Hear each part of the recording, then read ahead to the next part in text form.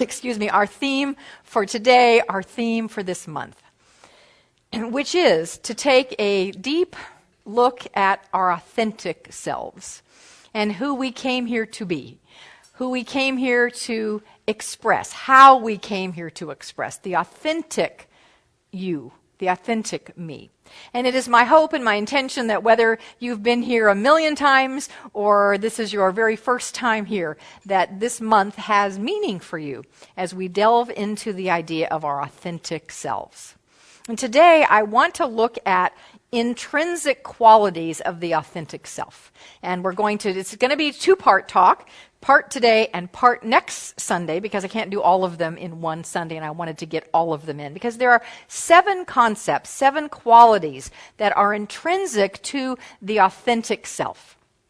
And they're a little bit like the chicken and the egg, which came first. Did the idea of developing, so which is it? Is it the idea of developing this intrinsic quality that calls it forth? Or is it already there, and when we and we just need to recognize it?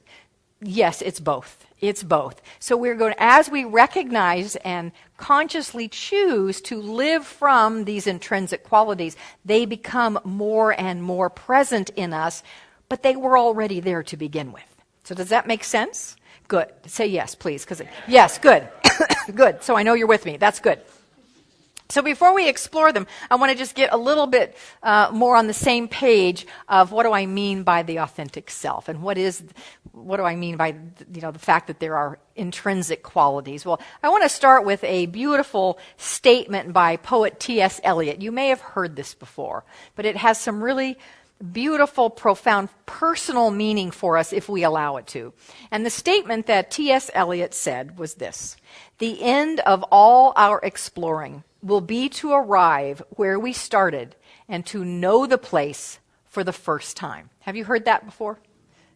Couple of 3 of you have heard that before. Well, it really has some beautiful personal meaning, and so I want to say it again, making it personal. The end of all my exploring will be to arrive where I started and to know the place for the first time. Our true journey of exploration in this world of human experience is really to return to the point of origin, to the point of knowing who and whose we are. But in the journey that we take, for various reasons, which don't really matter, but for various reasons, we tend to put on some disguises or masks that keep the authentic self from actually expressing. You know what I'm talking about? Yes. Ralph Waldo Emerson, who was very influential in our New Thought movement and a very influential thinker and writer on our founder, Dr. Ernest Holmes, said this once: "Every man is divinity in disguise, a god playing the fool." And I think that's a pretty good description. All of us are divinity in disguise, playing the fool. And the truth is, the masks that we wear, the disguises that we put on, which we do understandably so, to protect ourselves, we think keep us safe, to keep us from being hurt. All of those reasons, which in the human experience make sense, in the true depth of our spirituality make no sense. And they are, in fact, and I'm going to say this word with great love, they're foolish. So I'm inviting us this month, and today particularly, and next week as we explore these intrinsic qualities, to release the masks, to peel them away. And what will happen is that when we consciously court these qualities that I'm going to speak about today and next week, the masks will fall away. They will naturally fall away because they cannot live in the same space as these qualities. And I love this idea about the spiritual journey. It was said by Meister Eckhart, who was a 12th century mystic and a beautiful soul. He said, "The spiritual life is not a process of addition, but rather a process of subtraction. Taking away the stuff that does not serve." So if you recall last Sunday, if you were here last Sunday, how many were here for Easter? Yes, very good. We talked about coining a new phrase here and coining the phrase of Easter moment. I'm having an Easter moment. And what was that? Okay. how usual. Yeah, that's our other phrase. But what is an Easter? So if I'm going to say I'm having an Easter moment, what does that mean?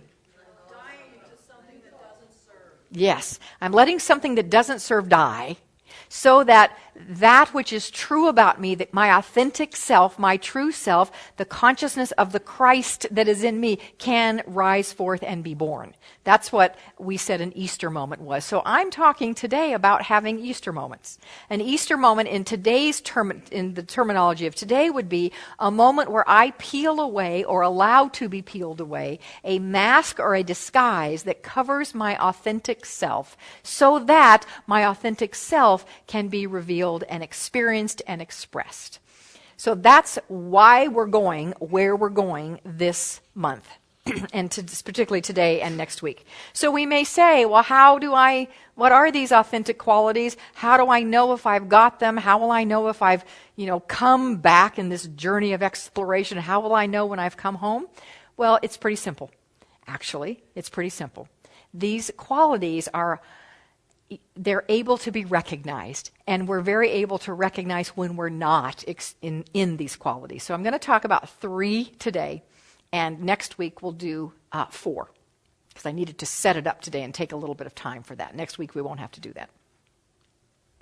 So as I said, there are 7 of them, and I do find it a little bit interesting that we have created here some time ago the idea of the 7 we call them the Sacred 7 spiritual practices of transformation.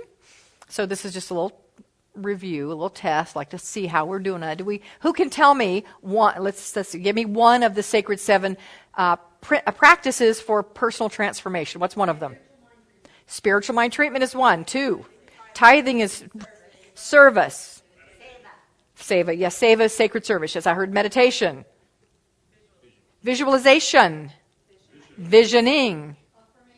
Affirmations. Nicely done. Give yourselves a hand. Good job, good job, good job. First service was demanding chocolate for their answers. I didn't have any, although one person did have some, so delivered. It was delivered. So I've been put on notice actually by one of our board members that if I'm going to do things like that, I need to provide chocolate for those of you who give the answers. So all right, I'm on notice. But now we have a new Sacred 7, an additional Sacred 7, the sacred intrinsic qualities, the Sacred 7 intrinsic qualities of the authentic self. And the first quality is the quality of wholeness. The quality of wholeness. In his wonderful book, Your Redefining Moments, religious science author, minister Dennis Merritt Jones said this: "One of the first telltale signs that we are living from the authentic self comes in those unmistakable moments when we feel a sense of effortless connection with everyone and everything, with the whole. This is when we discover that true wholeness is a state of being, not a condition or a point at which we one day arrive when all things are perfect, because that will never be the case in the human experience. When we live fully anchored in the awareness of our unity with the whole, authenticity is revealed." So let me say that again. When we live fully anchored in our awareness, so we have our eyes open to this, of our unity with the whole, authenticity is revealed. Something real emerges from within us, and all sense of separation dissolves. And that is, of course, a fundamental principle, a fundamental idea of our beautiful Science of Mind teachings and teachings of all spiritual faiths, that there is one presence, one power, it is God, and we are part of it, and it is part of us. Ernest Holmes, in the textbook, the Science of Mind textbook, writes, "Life is one perfect wholeness. The universe is a unit. God is one. It is impossible for us to feel separated from the Spirit without feeling lost and in want." That is such a critical statement. It is impossible for us to feel separated from God without feeling lost and in want. How many of us came to our spiritual path because we were feeling lost and in want? I know I was. That was a rhetorical question, but I saw many hands just pop up. I did. I was feeling lost, and I wanted something, needed something, and I was trying to fill that want and need with things out here. and then discovered that those wants and needs would never be filled with things out there. Things out here could be icing on the cake. They could make this life more full and enjoyable, and that's wonderful, but they wouldn't fill that deep need and longing that I had. And that longing was for a relationship with God. So that's what Ernest is saying there. He goes on to say, this is why Jesus said he could do nothing of himself, but could work only as the currents of divinity ran through his personal mentality. That subtle something which runs through all things and which we call the thing itself. That energy without which nothing can be energized. That life without which nothing can live. That power without which nothing can move. And that spirit without which nothing can be is God. All capitals, I-S-G-O-D. It is only as we live in conscious union with the Spirit and consistently let it work through us that we really live.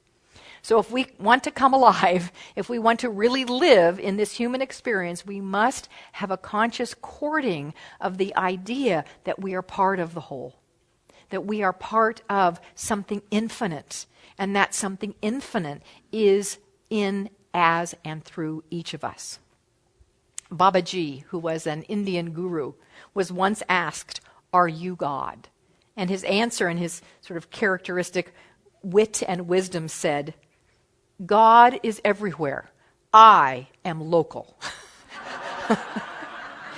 So God in me, God in you is localized. You are a localized God. From The Sacred Yes, which is a beautiful book of poetry by Reverend Deborah Johnson.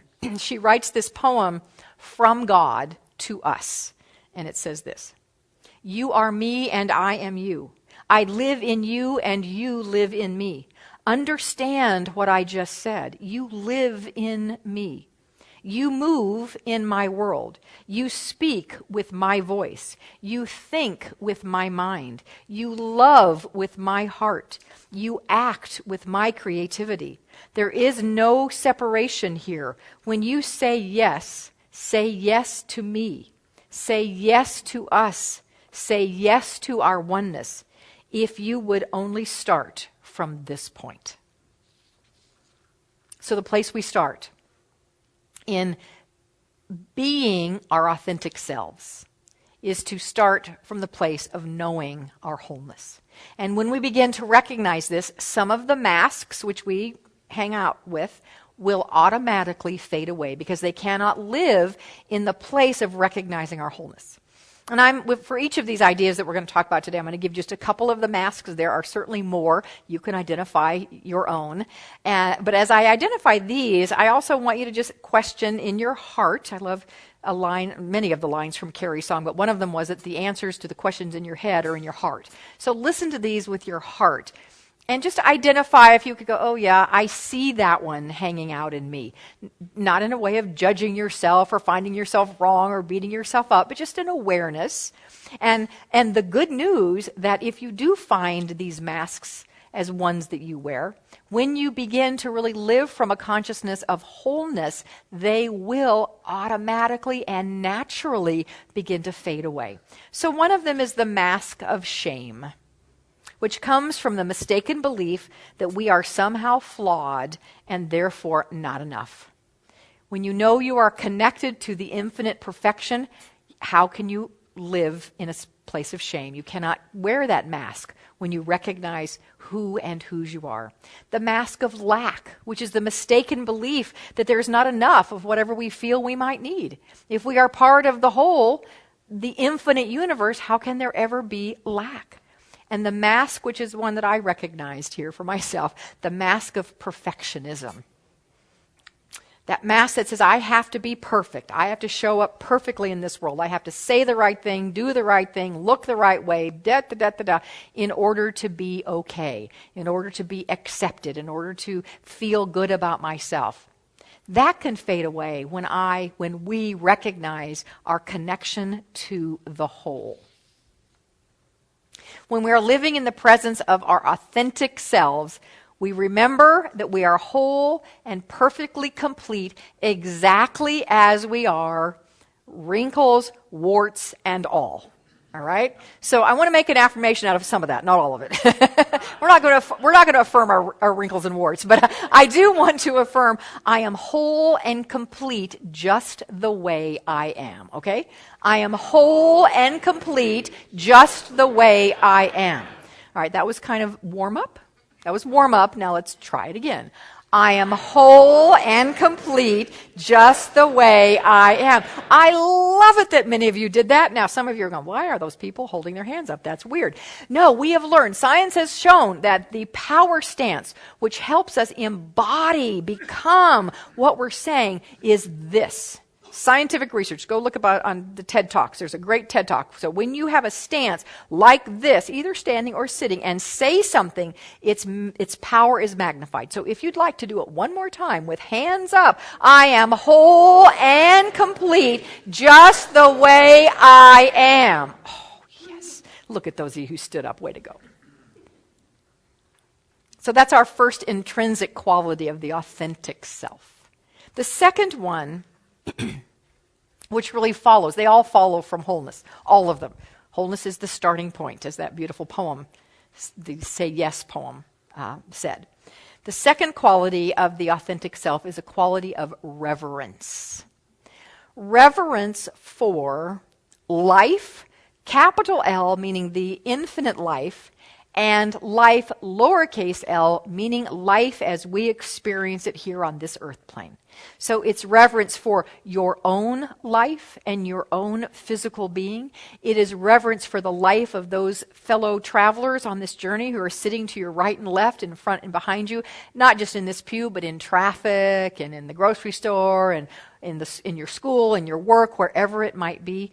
Reverence for life beyond human life, but of all life, all living things on this planet. And we believe that all things on this planet are living and are God in expression. I love the beautiful Native American saying that says God, okay, I'm just coming up with this right now, so let me see if I can get it right. God is asleep in the rocks, awakens in the plants, walks in the animals, and knows itself in human beings. Isn't that beautiful? That's just so beautiful. So we believe that all is life. So having a reverence for all life is a quality of the authentic self. Ernest Holmes once wrote, if we can bind ourselves together reverently, in love and compassion, in mutual tolerance and understanding, under the cohesive powers of the individual law, the universal law of good, and the beneficence of a divine and universal presence, then we shall lead the world down the pathway of a new enlightenment. That's pretty big. If we shall have a reverence for life, is what he's saying, we can be the ones to lead the world down the pathway of enlightenment. And remember, again, a little review of last Sunday. Last Sunday, we talked about the idea of living at a certain level of vibrational calibration, of a place of where we're coming from. And David Hawkins, in his great book, Power versus Force, wrote about this. And he has done scientific testing through kinesiology of different calibrations of people's energy. And he calibrated Jesus to be at 1,000. And we can go all the way down in humanity to like 5. But he said that anyone who is calibrating at 300 or above has a very positive impact and influence on those who are calibrating under that. This is another way of saying the same thing, because those who are walking in reverence for life are calibrating up at a high level. If we're walking in reverence for ourselves, for other human beings, for life itself, we're hanging out there in that higher level of 300 or so. Counteracting, anybody remember the number? Oh, good job, Fran. Now, if I had chocolate, I would have to toss it all the way to the back of the room, but look at that hand. It's up there to catch. 90,000 people who are living at a lower level, being one person at 300 would counteract that. I think that is pretty amazing. It's been told that Ernest Holmes, the founder of our religion, of religious science, that Ernest Holmes, who was a gardener, he loved gardening and he loved puttering with his garden. It is told that every now and then he would, on his dining room table, fill a vase, not with his flowers, but with weeds from his garden. All right, was he odd? Was he strange? Was he a little off? No, I don't think any of those things. He did it to remind him that all of life is God and precious. And the weeds are just as much God as are the roses. And it's just our judgment that says the roses are better than weeds. And so he wanted to remind himself so that he could stay in a place of reverence by putting weeds occasionally on his dining room table. I find that very, very fascinating. Isn't that? That's a beautiful idea. So next time we have an event here, we're going to have weeds on the table. No. I don't know if we're going to do that, but it's a beautiful concept and a living embodiment of reverence. There it is, right there, a living embodiment of reverence. So what masks fall away when we begin to be conscious about having reverence for life? Well, one of them that falls away is that mask of the judge. The judge who calls this good and this bad, who says this is acceptable and that isn't. The judge will fall away if we look at all of life and all of its permutations as something holy and sacred and part of the divine. So the mask of the judge will fall away. Also the mask of selfishness. The mask of selfishness. Now, it's an interesting little paradox here in religious science and in this community because, our mission statement, our vision is opening hearts and incubating dreams. We absolutely have an intention here to support you in bringing forth the dreams and goals and desires of your heart. Okay, now that could, on the surface, sound selfish. Well, it's all about me. It's about me and my dreams. And it is about you, and it is about your dreams. And Cindy and John are beautiful examples. As Cindy stood up here and said, the number one reason, I'm happy to be standing here because this, serving you, that's the key. Serving you as a congregation care minister is a manifestation of her dream, which shows us that there is no private good, that the manifestation of her dream isn't just for her. How many people are going to be served because she has chosen to walk this path? So selflessness is a quality of reverence. And so the mask of selfishness falls away as we revere all life. And yes, we can incubate our dreams completely, but we know that if we're really going to be happy in our dreams, there must be a component of service and of love. It must serve the greater good, not just our own little world. Does that make sense? Do we have that? Yes. Now, letting go of the mask of judge and the mask of selfishness and the other masks that you may identify can come up because of we're not living from reverence. That can be maybe a little scary and take a little bit of courage and even some fearlessness to let those go. But I invite you to do that because that is actually the third and final for today intrinsic quality that I want to talk about, and it is fearlessness.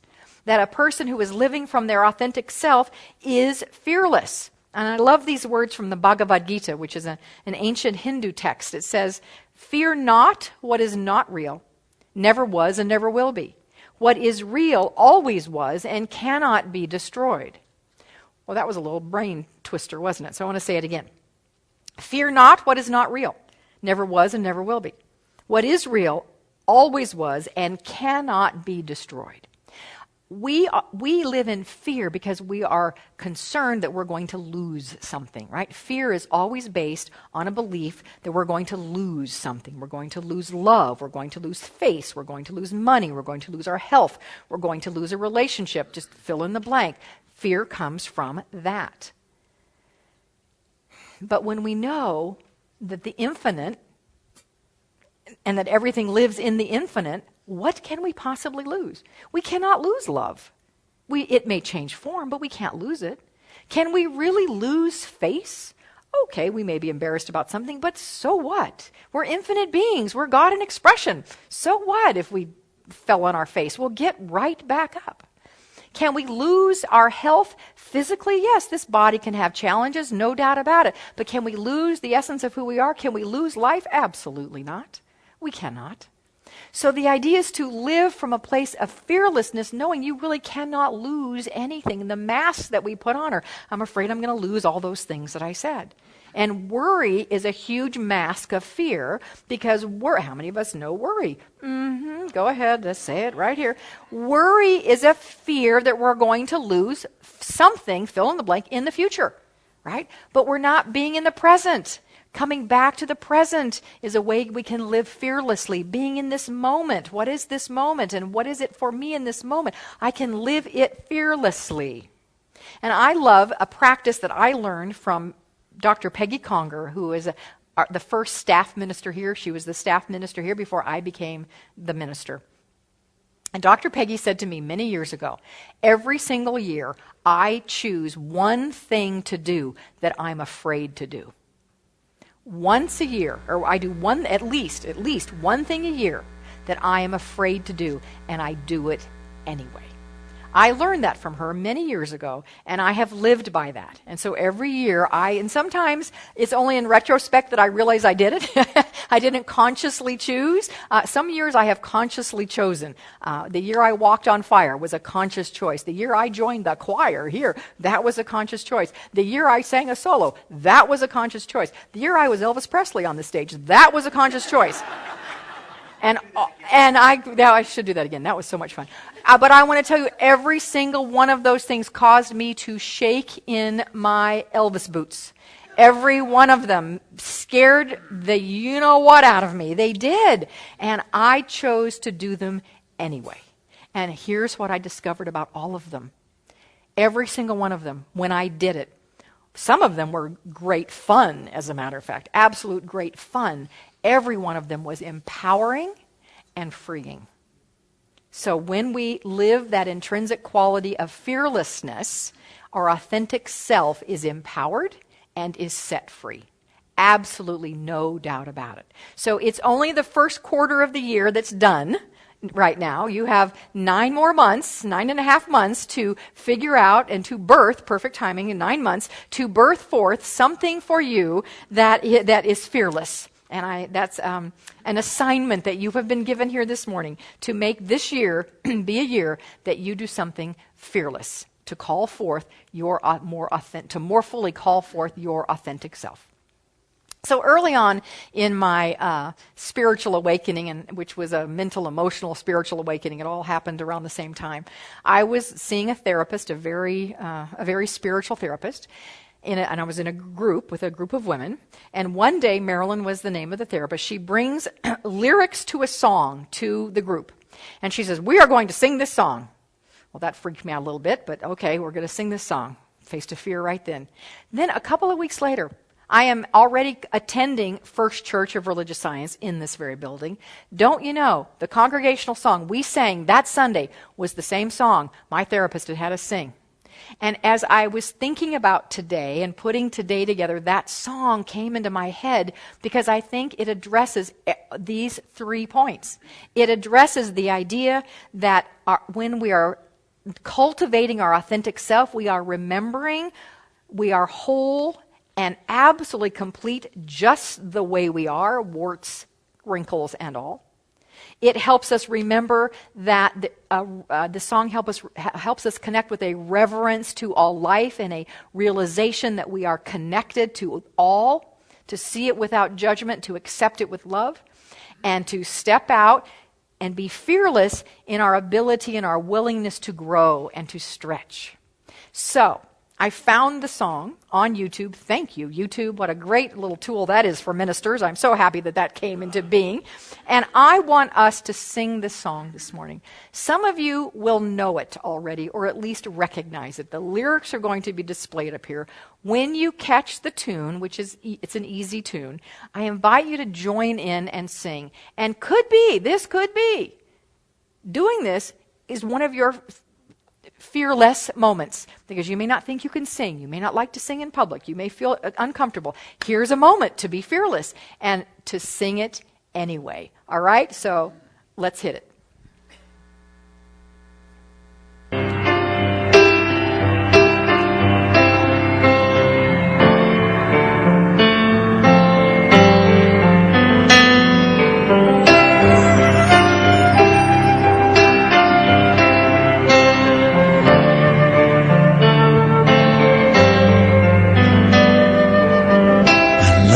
myself the way I am.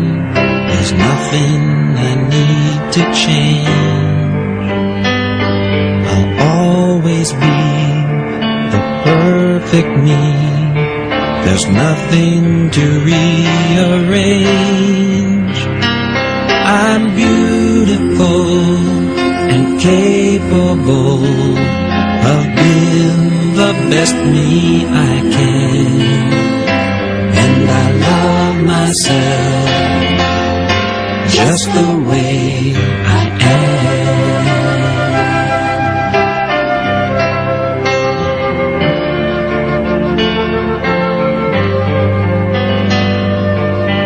I love you just the way you are.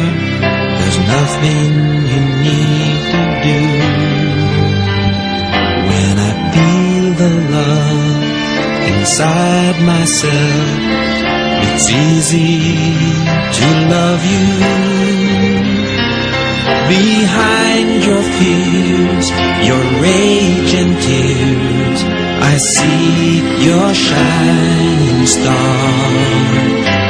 And I love you just the way you are.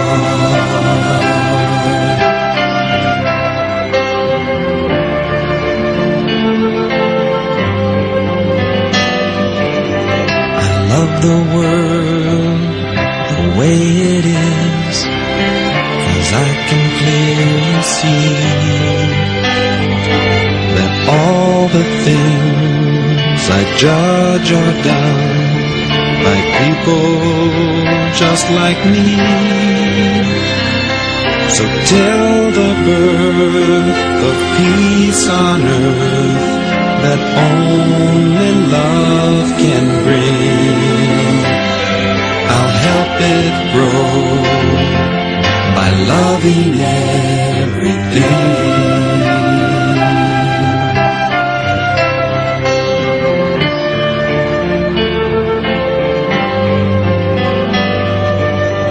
I love myself the way I am, and still I want to grow.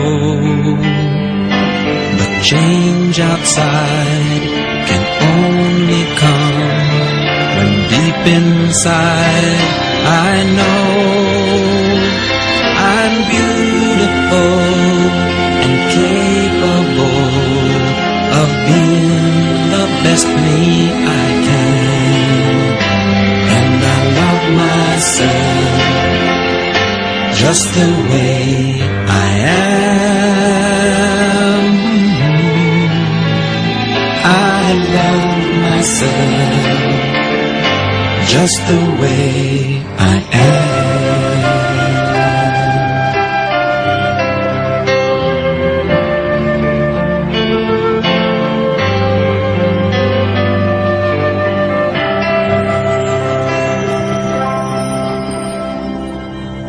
So in this moment of loving ourselves exactly as we are, loving that authentic self, which is the God within, which is the manifestation, the human form of spirit, which is the bringing forth of life itself through and as us. As we accept that, we cannot help but live from wholeness. We cannot help live in reverence. We cannot help but live fearlessly. Because in this awareness, we know who and whose we are. Always held in the loving arms of the divine. Always protected and provided for by the infinite Mother, Father, God. Always, always supported, nurtured, and deeply, deeply loved by Source itself. This is our truth, and so we celebrate this and move forth in our lives this week and beyond, more and more deeply from the truth of who we are, from the authentic self. And I affirm and know that as we do that, the masks of fear, of anger, of judgment, of hurt, of shame, all those masks simply gently and easily peel away. I celebrate this. I call it good. I know it's good, and I am grateful for it. So in this gratitude, I release. I let go. I let go and grow. I let go and trust.